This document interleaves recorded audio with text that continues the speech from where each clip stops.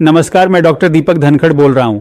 पिछले भाग में हमने समझा कि कौन सी आदतें सीकेडी को तेजी से बढ़ाती हैं।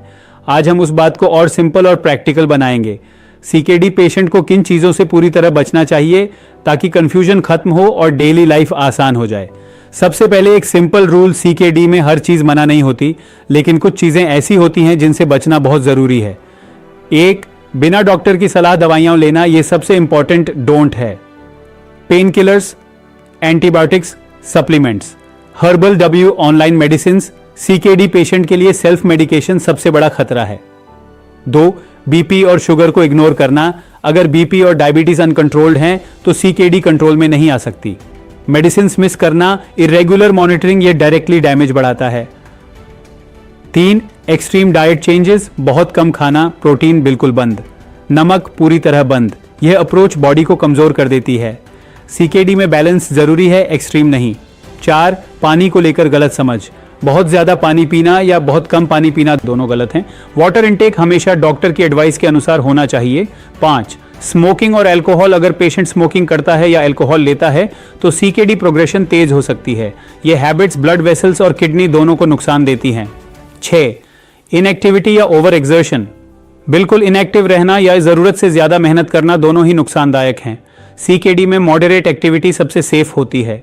7, बार बार ट्रीटमेंट बदलना, हर 15 दिन में डॉक्टर बदलना, नई नई थेरेपीज ट्राई करना, इससे कंसिस्टेंसी खत्म होती है। सीकेडी में स्टेबल प्लान सबसे जरूरी होता है। 8, इंटरनेट और रूमर्स पर भरोसा करना, क्रिएटिनाइन तुरंत कम करने वाली दवा, डायलिसिस बंद करने का दावा, ऐसे क्लेम्स पेशेंट को गुमराह करते हैं। हर इंफॉर्मेशन सही नहीं होती। अब डीओज भी समझिए क्या करना चाहिए। मेन, रेगुलर फॉलोअप डॉक्टर के साथ कंटिन्यूअस कांटेक्ट रखना बहुत जरूरी है। 2, बैलेंस डाइट और routine, regular meals, proper sleep, controlled activity, consistency ही की है।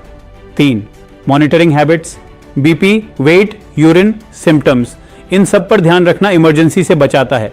4, स्ट्रेस कंट्रोल, एंग्जाइटी कम करना, पॉजिटिव माइंडसेट रखना, मेंटल हेल्थ सीकेडी मैनेजमेंट का हिस्सा है।